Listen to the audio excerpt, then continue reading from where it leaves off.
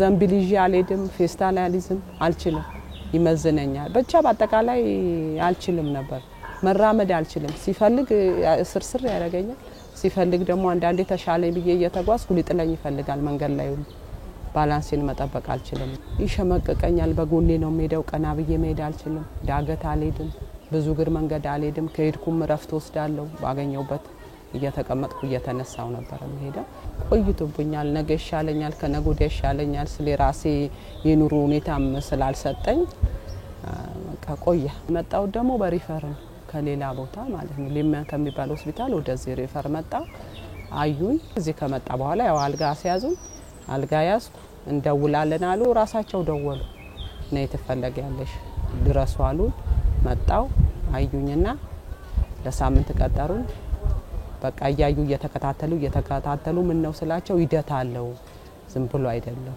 ለራስሽ ጥንቃቄም መሆን አለበት አሉኝ ሰኞ ተሰራልኝ ማክሰኞ ነው የወጣሁት የተሸኘሁት ግን በአንድ ቀን አሁን ከሳምንት ወዲህ ግን ሳየው ለውጥ አለ በኋላ ደግሞ የበለጠ ለውጥ ይኖረኛል ብዬ አስባለሁ አከርካሪ አጥንቶቻችን መሃል ያለው ለስለስ ያለ ስጋ አይነት ነገር ነው እሱ በብዙ ምክንያቶቹ ሊመጡ ይችላሉ ከምክንያቶቹ አንዱ እድሜ ነው አንድ ሰው እድሜ እየጨመረ በመጣ ቁጥር የፈሳሽ መጠናቸው በውስጥ ያሉ ነገር እየቀነሰ ይመጣልና የመንሸራተት ፕሮባቢሊቲን እየጨመረ ይመጣል ሁለተኛ ደግሞ ከባድ ዕቃ የሚያነሱ ሰዎች ላይ የሚከሰቱ አደጋ ናቸው ብዙ ጊዜ ጡንቻቸው ያልጠነከረ ሰው ከባድ ዕቃ ሲያነሳ አንዳንድ ጊዜ ደግሞ ወፍራም የሆኑ ሰዎች ላይ ይሄ ምክንያቶች ናቸው ዲስክ የመንሸራተት ማለት ነው ዲስክ ከተንሸራተተ ደግሞ ብዙ ጊዜ ህመምተኞቻችን ላይ የሚታዩት ምልክቶች አሉ ብዙዎቹ ውስጥ አንዱ ጀርባ ህመም ነው ጀርባ ህመም ይኖራቸዋል ማለት ነው ከጀርባ ህመም ደግሞ ቀጥሎ ምን ይኖራል ጀርባ ህመም ተያይዞ ወደ እግራቸው የሚሄድ ህመም አለ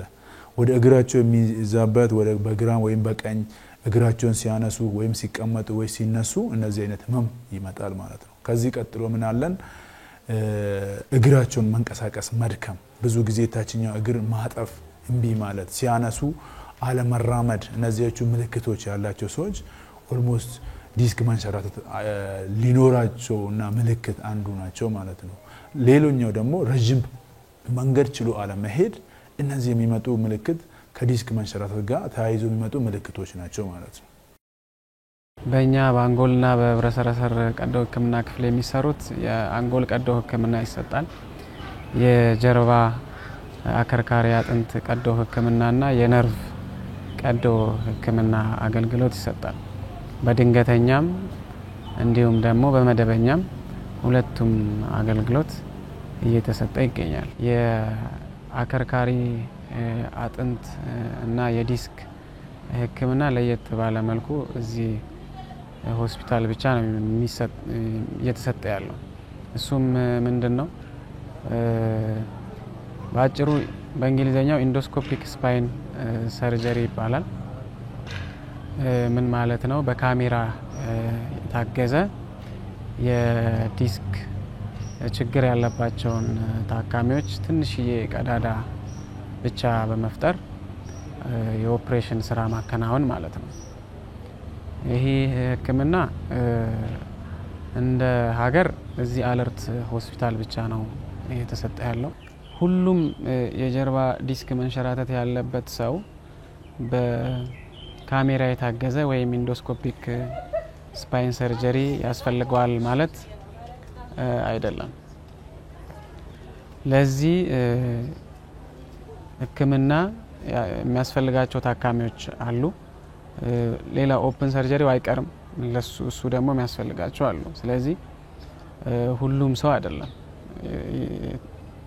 ስፔሲፊክ የሆነ ኢንዲኬሽን ያላቸው ሰዎች ብቻ ናቸው በዚህ ህክምና መታከም የሚችሉት ለአካሚው ቀላል ነው ጉልበት አይጠይቅም ዕውቀት ብቻ ነው የሚጠይቀው ሁለተኛ ለታካሚው ደግሞ ይበልጥ ከፍተኛ የሆነ ጠቀሜታ አለው ኦልሞስት መርፌ እንደመወጋት ያክል ቁጥሪው ላይ ኦፕሬሽንም አይመስልም የሚሰራው ቀዳዳ ትንሽ ነው ከኦፕሬሽን በኋላ ሰውየው ወዲያው ነው ተነስቶ የሚሄደው ቁስል የለም ኦልሞስት ደም መፍሰስ የለውም ኢንፌክሽን ሪስኩ በጣም ዜሮ ነው ኦልሞስት በዛ አንፃር ሲታይ ጠቀሜታው ከፍተኛ ነው። እስካሁን ኦፕሬሽን የተደረገላቸው ከ60 ታካሚዎች አይበልጡ። እቅዳችን ብዙ ማከም ነው። ግን አሁን ላይ የሰው ኃይል እጥረትም ስላለ ሌሎች ቀዶ ህክምናዎችንም በጎንዮሽ ስለምናካሂድ አሁን ላይ ያለው ቁጥር በጣም ትንሽ ነው። የኛ ባለሙያ አንደኛው ለምሳሌ አሁን በቅርብ ወደ ህንድ ተልኮ ይሄንን ሙያ እየተማረ ነው። በአጭር ጊዜ በወራት ውስጥ መጥቶ ይሄን እኛን ተቀላቅሎ አገልግሎትን መስጠት ይጀምራል። ሌሎችም ባለሙያዎች አሉ።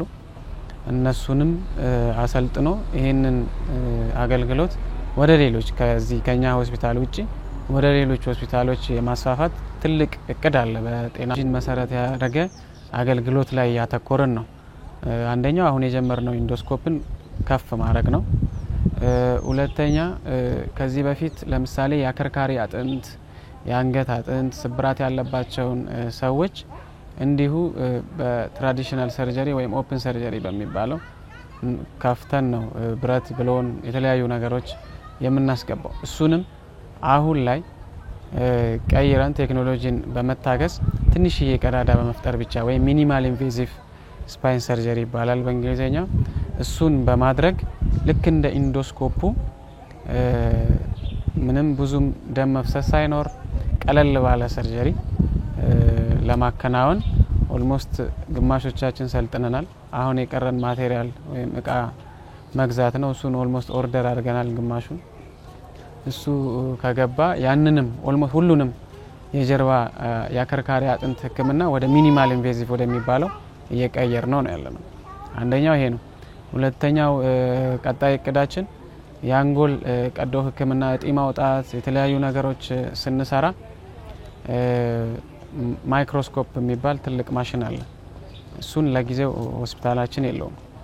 በሌሎች እቃዎች ነው የምንጠቀመው። እሱንም በቅርቡ ገዝተን እሱንም ከፍ ወዳለ ደረጃ ለማሳደግ እየሞከርን ነው።